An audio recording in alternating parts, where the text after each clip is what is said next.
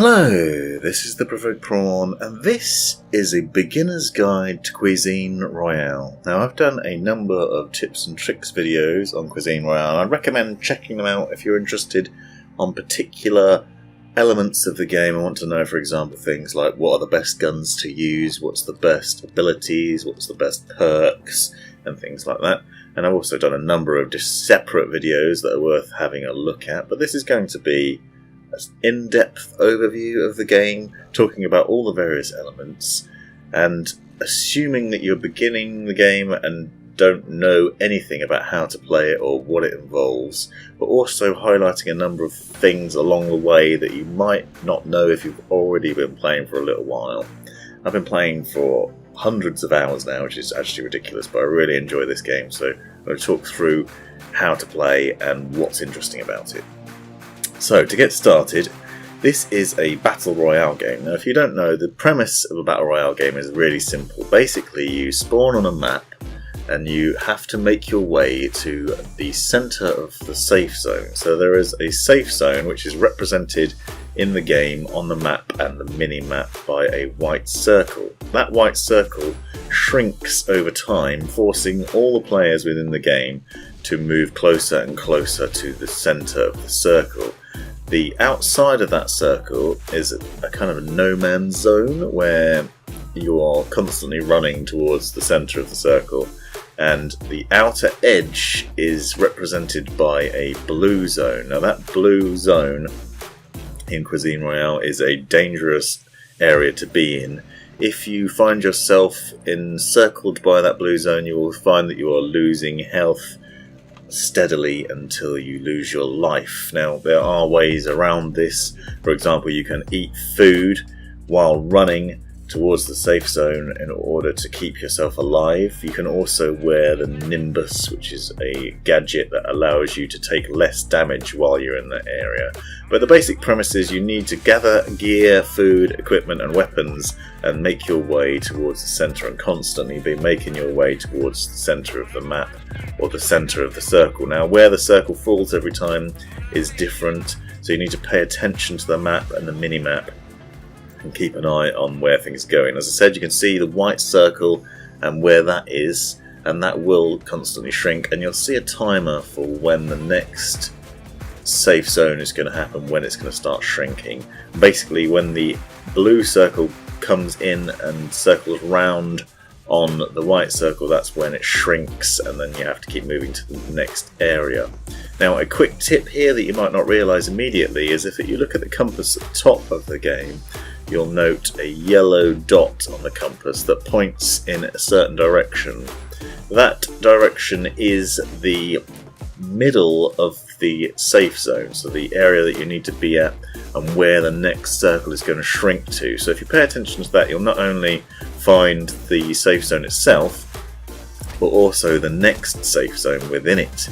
So the circle doesn't necessarily always shrink to the middle of the current area. It will shrink towards a certain area, and that yellow dot highlights where that's going to be. Now, when you're outside the safe zone, that yellow dot becomes a cross, but it still shows where the middle is. So if you look at the mini-map, you'll see a line that leads you to the next safe zone if you're outside it. Follow that line, it'll take you to the shortest possible area to get the quickest route to the safe zone, but the yellow dot will always show you where the centre of the safe zone is going to be and where the next shrink is going to happen. The end result is, of course, that all the players that are still alive get pushed into the safe zone in the centre of it and then have to battle it out in order to win, and the winner is the solo person or squad or duo team that survives that safe zone. And you can actually win this game and other Battle Royale games without even fighting anybody if you manage to get to the centre and hide long enough. If the enemies are stupid and they kill each other, or they get killed because they're outside the safe zone and the blue zone of danger has damaged them enough that they die, then you can win that way, and it's quite an interesting way of winning. And that is the point, is this game isn't about kills, although it is fun to get the kills. In order to win, to rank up and to do well, You need to keep winning the games and beating challenges. Now when you first start the game, you select from a number of different characters. I have created videos separately on these characters and the different special abilities of them. But the basic entrance is you start the game, you select either solo, which is obviously playing on your own, duos, which is playing with 2 people, or squads, which is up to 4 people. And you can select to play with less. So for example, I play with 2 friends in squad mode, and we usually don't have a 4th person, but you can untick to not have a random spawn with you, or you can have somebody you don't know play with you, so it's an option. Each of these games differ slightly in style. Obviously in duos and squads you have your teammates to work with. Squads is probably the most difficult because if you find yourself coming across other enemies, you'll find you can quite often come across a whole team when you're on your own, or you're not as close to your friends as you need to be. Solos is probably the easiest. There is a thought that there are some bots in solo mode that aren't in the duos and squad modes, and therefore it feels a bit easier to play and it's a bit easier to win. However, there's nobody to save you. So it is possible to revive your teammates in squads and duo modes, and I've done a video separately on how to do this. In typical fashion, if they are downed by an enemy, so if you take enough damage that you get hit down and you're basically on the floor, you can be revived by your teammates, and you can revive your teammates. So you need to deal with the enemies first, obviously, or get them to a safe zone. So people can still move when they're down, so you can crawl behind cover or into a building, for example.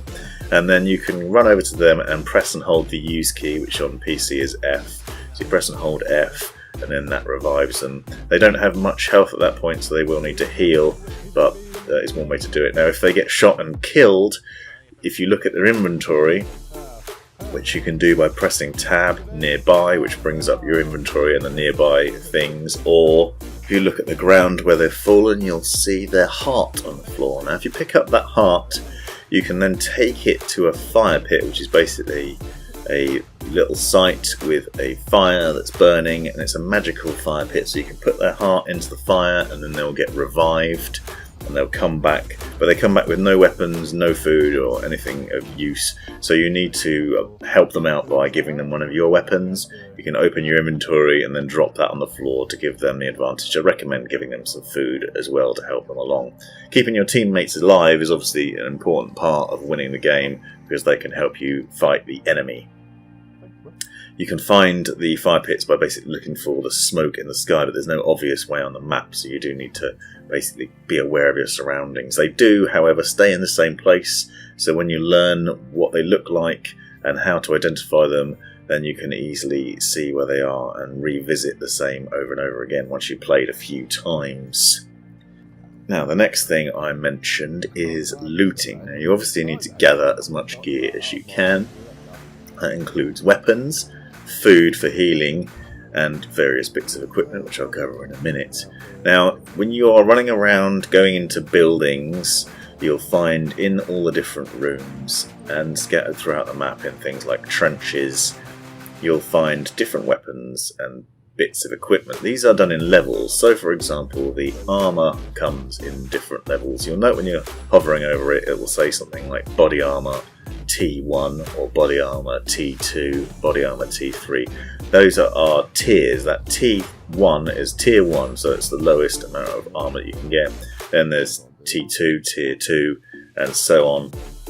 And the higher the number, the better that armour is going to be. You can get front armour, which is like chest armour, helmets, back armour, bottom armour, leg armour, and there's all sorts of armour. Those armours obviously give you extra bits of protection from bullets, but they will only save your life a tiny amount, and it's worth bearing in mind. Now, as you're running around, you'll see that things come in different colours. You'll see there's purple, which purple means that will fit in your inventory and it's better than what you currently have. You'll also see white items highlighted. Those are items that you can pick up that aren't necessarily better than what you currently have, or will switch out for what you currently have. And then red means it's either too heavy or it's worse than what you've currently got. So for example, if you're running around with tier 4 armour on and there's a tier 1 armour on the ground, you're not going to want to swap out your armour that you currently got with that one. So the game's trying to kind of tell you that. It is possible to do it, so if you are quickly mashing your use key in effort to pick up loot from a fallen enemy before you run off, it's worth bearing in mind that you could accidentally drop good gear in favour of a rubbish one, and the number of times you'll find you accidentally dropped a good weapon in favour of a bad one, it just happens a lot if you're quickly mashing buttons. So it's really important to pay attention to what you're doing there, and you're actually better off opening your full inventory. So on PC, press tab to do that, and looking and seeing what's in the vicinity and then dragging and dropping it into your inventory. That also allows you to get rid of things that you don't need, for example smoke grenades or large bits of food that are taking up room. Food, for example, is an interesting thing as well. Food comes in various different sizes.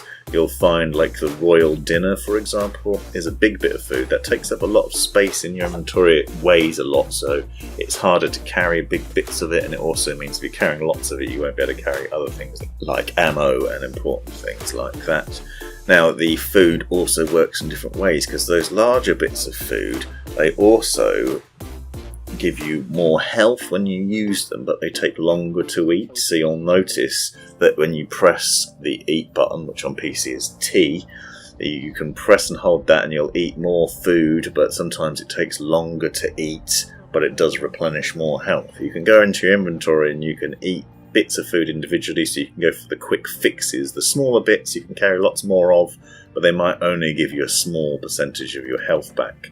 So it's worth bearing in mind. It's also worth taking as much food as you can, because you will need it. Let's talk about melee weapons briefly. So when you first start the game, you start out with just a knife, and that's when you spawn into the game, but generally as well.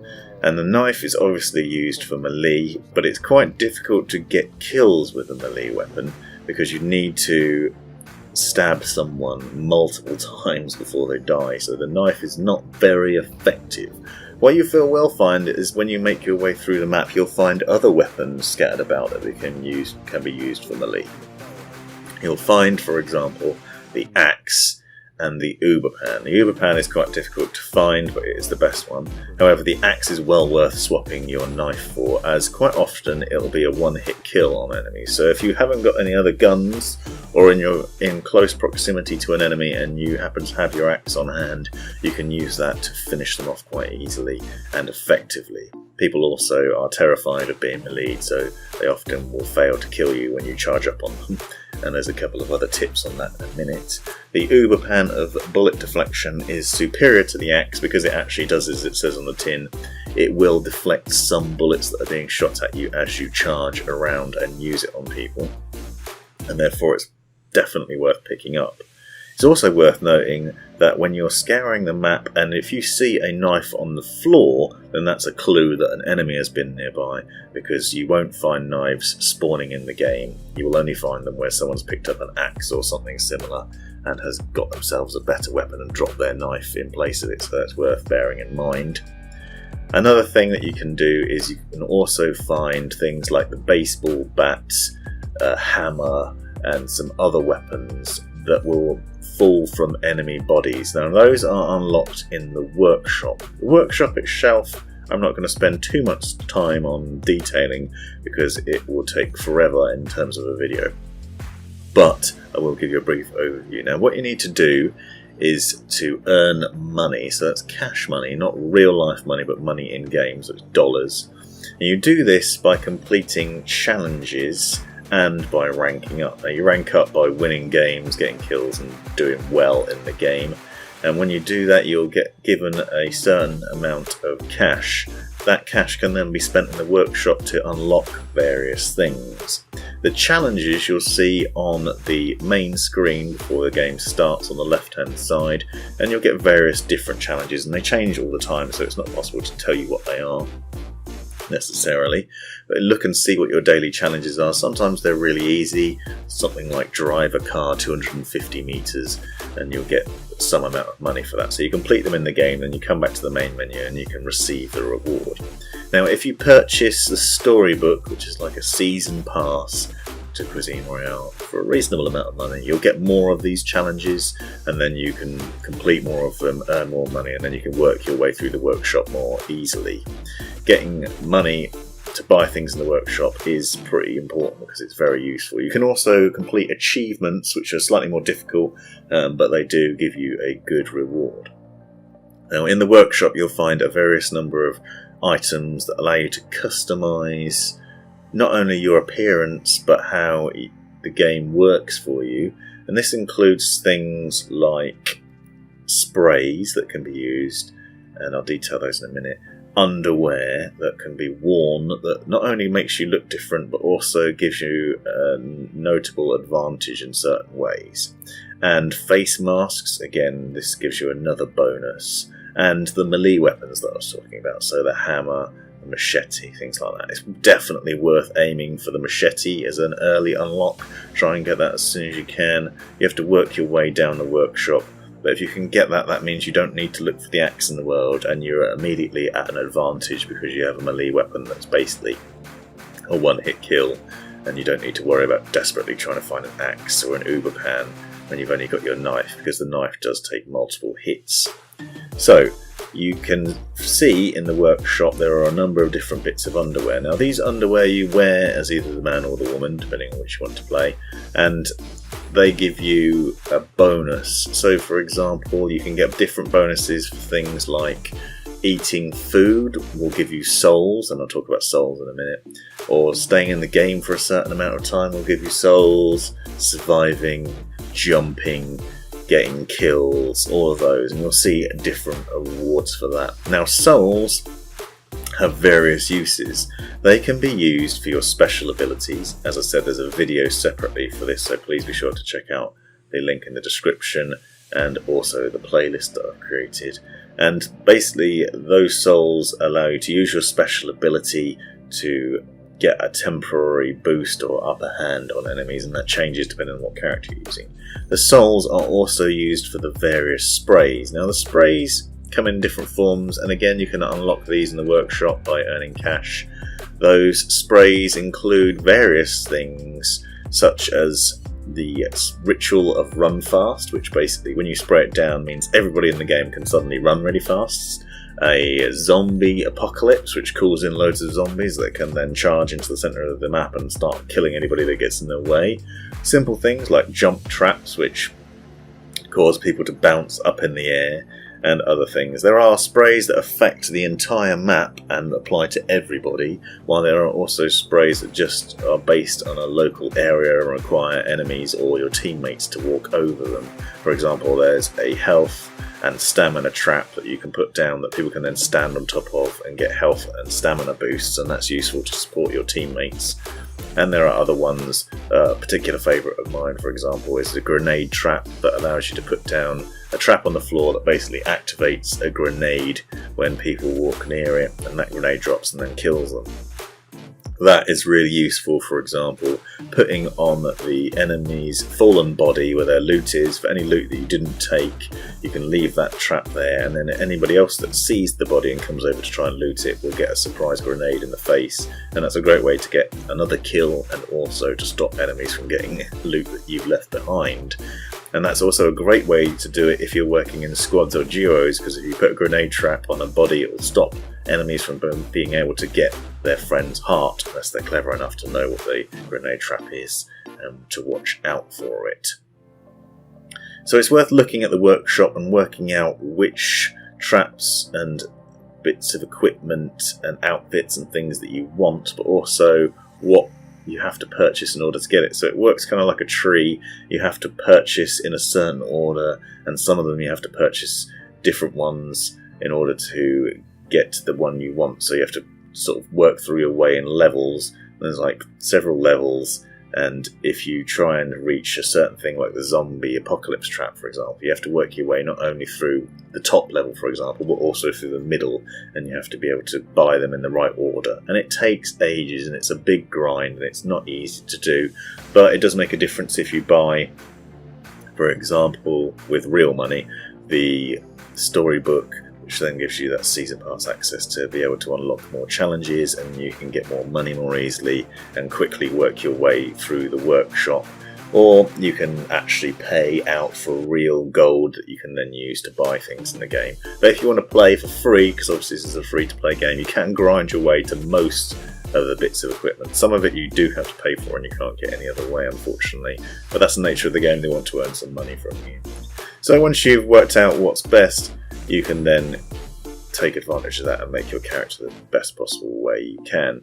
I, for example, find it useful to have underwear that gives me souls for either staying in the game as long as possible or for killing enemies. So there's a bit of underwear that you can get that allows you to get a certain amount of souls for every kill you get in the game. Those souls are then obviously useful to then use your abilities or use the sprays, and the sprays cost different amount of money in the game to use as well, so it's worth paying attention to that. I then also like to use the mask that stops the slot machine from dropping grenades. Now we talk about the slot machine. So when you're going around in the game, you will find cash on the floor, gold coins, and those coins you can gather up in the game and then spend in the slot machine. You'll see around the map slot machines, which they look like a cross between a fridge and your traditional slot machine with a pull arm on it. So you pull the arm on the slot machine, you put 14 coins in it, pull the arm on it, and it will drop various things. You'll find food drops out of it, bolt action rifles, pistols, armour. Sometimes you'll find interesting things like the flare gun. I'll cover the flare gun a bit later on, and other bits like that. A jetpack, for example, that's really cool if you can get that. And it costs 14 coins to do it, but randomly it will also drop a grenade trap, so it's really important to watch out for this. You'll see like 8 grenades fall out of the slot machine onto the floor. If you've only just started playing, you might think, oh, I've got loads of grenades now I can pick up, but actually what's going to happen is they will explode, so you need to get away from them. Now, one of the masks, there are actually several that you can get depending on who you're playing, several different ways of doing this, but one of the masks stops the grenades from dropping and instead makes the slot machine drop coins. Those coins you can then pick up and obviously spend in the slot machine, and they're a lot less dangerous and they give you more money. And actually, if you win that, you get a substantial amount more money. So you put 14 coins in and you probably get about 100 coins back if you win what is called the jackpot. And that's certainly better than getting 8 grenades that might kill you. Those grenades are, if you listen out for them in the game, you can also tell where enemies are because you'll hear a series of very explosions in a very short period of time. Like 8 grenades going off makes a very distinct sound, so you'll know that there are enemies nearby looting a slot machine and they don't have the ability to change it into a jackpot instead. It's worth noting that the money that you collect in the game cannot be carried on into another game. It's also not the same as the dollars in the workshop, so you can't earn money this way to spend on the workshop. So it's not carried over, so you either spend it or you lose it. And that's just, you don't have to go to the slot machine and use it. You do put yourself in danger when you are using it because it's not bulletproof, so people can shoot through it, so you can't use it as cover.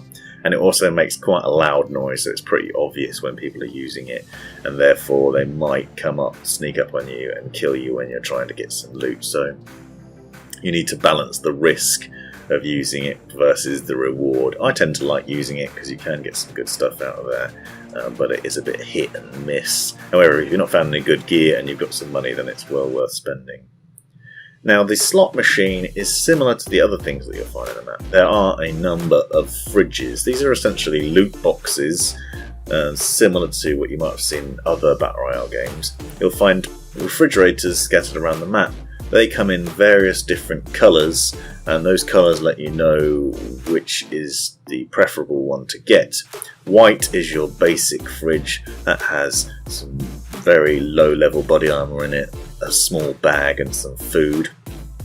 Then you'll see red fridges, they have slightly better things in them.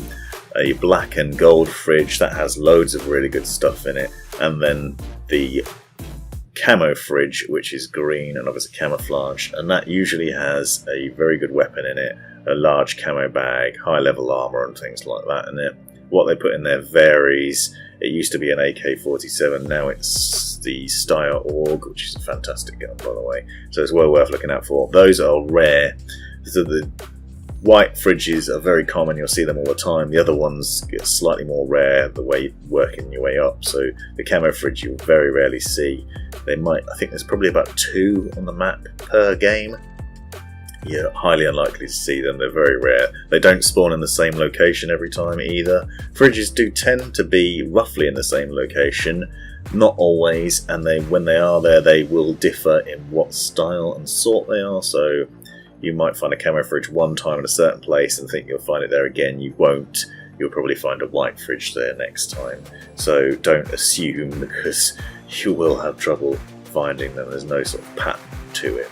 The other type of fridge is an orbital fridge. I've covered this in a separate video. The orbital fridge essentially is a fridge that comes from space, and that has the best possible stuff in it. However, it does let people know quite badly when it's coming in, and it's very obvious. Now, the way to get the orbital fridge is you need a flare gun. You can buy a flare gun from the workshop, and it costs $1,000, but you do obviously need to work your way to that section of the workshop first. You purchase that flare gun, and then you can open the box in the game when you get to a certain point, and then you can fire the flare into the air. You have to be in the safe zone first. You fire the flare into the air, then the orbital fridge comes down nearby, roughly in the direction that you fired the flare. When it comes down, it makes a very loud noise that basically sounds like a comet crashing to Earth. And you'll hear it and you'll see it, and everybody will hear and see it. When it crashes, it makes a very loud crashing noise, and it also has a large pink plume of smoke coming out of it. If you charge over to that, you will probably find that there are loads of enemies charging there too, because it's very obvious, and it's also got the best gear in it, so people will really want it. So it's very dangerous to use, and it costs $1,000, so it's not always worth getting. However, it's worth paying attention for other people using it, because you can always try and run up and steal their good stuff. You can also find the flare gun from the slot machine. Occasionally that will drop out of there, but it is quite rare. However, it is good because it doesn't cost you any money in the workshop, so you're not wasting money in that way. And you might also find it on the enemy bodies. If you've killed someone that happens to have one and they've not used it, that's pretty unlikely as well, but it does happen. Now, the orbital fridge can have a variety of things in it. Sometimes it's stuff that you'll find in the map generally anyway. For example, a Panzerschreck or a bazooka, but they often come with more ammo than you're likely to find. So you can find Panzerschrecks and bazookas scattered around the map. Generally you'll only get 1 or 2 rockets with each of those to use, and it's fantastic when you do. But if you get them in an orbital fridge, you'll often find 4 or 5 rockets, so a lot more potential damage. You'll also find the better guns, the best guns in the game there, and again that varies depending on what they put in it, but you will find some pretty fantastic weapons in there. So it's worth getting, it's just very difficult to get, and it's also dangerous because it does cool down a lot of enemies to that general vicinity. Now, to cover the various bits of equipment that you can get in the game, we'll talk about those. You'll find them as you're going around looting various things. So, in buildings and other areas, you will find things like the cigar, the Nimbus, the IV bag of regeneration, some glasses, and all sorts of other things. These do different things. They basically give you a bonus, but they also have a negative side to them to counter it. So the obvious one to cover, for example, is the bunny slippers. They used to be called the bunny slippers of bounce. Now they've got a slightly different name, but they look like a pair of bunny slippers. You put them on and they allow you to jump high, so that you can jump high on top of buildings and get the advantage over enemies, because you then have the height advantage on them. And height is a big deal in the game. You can get on top of a roof or something, and that's a great way to get the overview of the enemy and shoot down on them, which is a brilliant way to win. Now, the counter to that is that they make a loud noise when you're using them, and that noise will give you away quite badly. It makes quite a lot of noise. So that's an example. You'll find each of these bits of equipment has a sort of negative side to them. So, for example, I already mentioned the Nimbus. Nimbus stops you from taking damage when you're in the blue, but the downside to it is that it gives away your location because it's basically a big gold halo on top of your head that really stands out and makes you obvious. The cigar gives you 40 extra hit points, but it also means you run out of stamina more quickly and enemies might see your smoke. The IV bag of regeneration gives you extra health. It ticks up your health ever so slowly.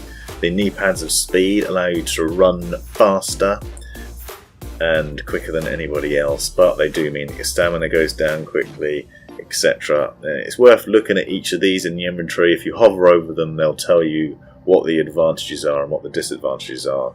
The glasses allow you to aim more accurately, but I think they make you reload a bit, take your reload a bit longer, things like that.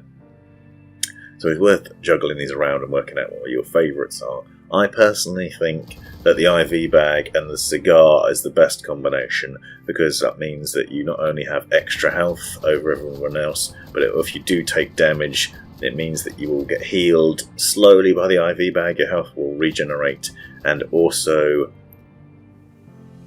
you don't need to eat food as much as you would without it. Other people will tell you that knee pads of speed and the bunny slippers combined is the best combination, especially if you have the Uber Pan or a single hit melee weapon, because you can bounce and run your way across the map and then just pan people in the face. It's a very annoying meta to the game, but it does work and is very effective, so it's fun to do occasionally. Although if you do that, I hate you. Tombstones. So in the customization and workshop menus, you'll see that you can get various tombstones that you can unlock. If you hover over these, you'll notice that the tombstones have a use. They can save a number of souls that you've collected in the game for the next game. So you can get up to 100 souls to then carry over into the next game. That's really useful, because souls are used for your special abilities and for the various sprays that you've unlocked. You get souls generally by killing enemies and taking the souls that they've captured, but also taking their souls. So if enemies kill people, they then collect souls, and those souls can then be taken from them by killing them. So you get not only the souls of the enemy you've killed, but also the people they've killed. You can also get more souls by destroying the gravestones of enemies as well. So you shoot an enemy and then you destroy their gravestone and you collect all the souls out of those. You can then use that to use the special abilities of each of the characters. And as I said, I covered these abilities in a separate video if you want to see how to use them and what they do. Those include the Thunderstrike ability, which you've seen there, where you can basically power across the map like a god. The bullet time, Annie's bullet time, which slows down time and lets you shoot quickly and accurately. The beast mode, which turns you into a werewolf, essentially lets you run across the map and melee people, and another ability that lets you go invisible. So each of the different characters in the game has a separate ability, and you can use these to different effect. Once you get the hang of using all these different abilities and how to collect the souls and stay alive, you'll definitely win. I hope you found all these tips useful. Obviously there's a lot to learn and there's a lot that I haven't covered, because a proper full in-depth video would go on for hours. But let me know in the comments if you have any questions, and be sure to check out the playlist for the specific videos, more in-depth overview of things that I've covered in here, including the best guns in the game, how to use the different abilities, the jetpack, the orbital fridge, and more. Thanks for watching. I'm switching back to Daisy after this one, because basically, if I... Oh, yeah, they're both there, right.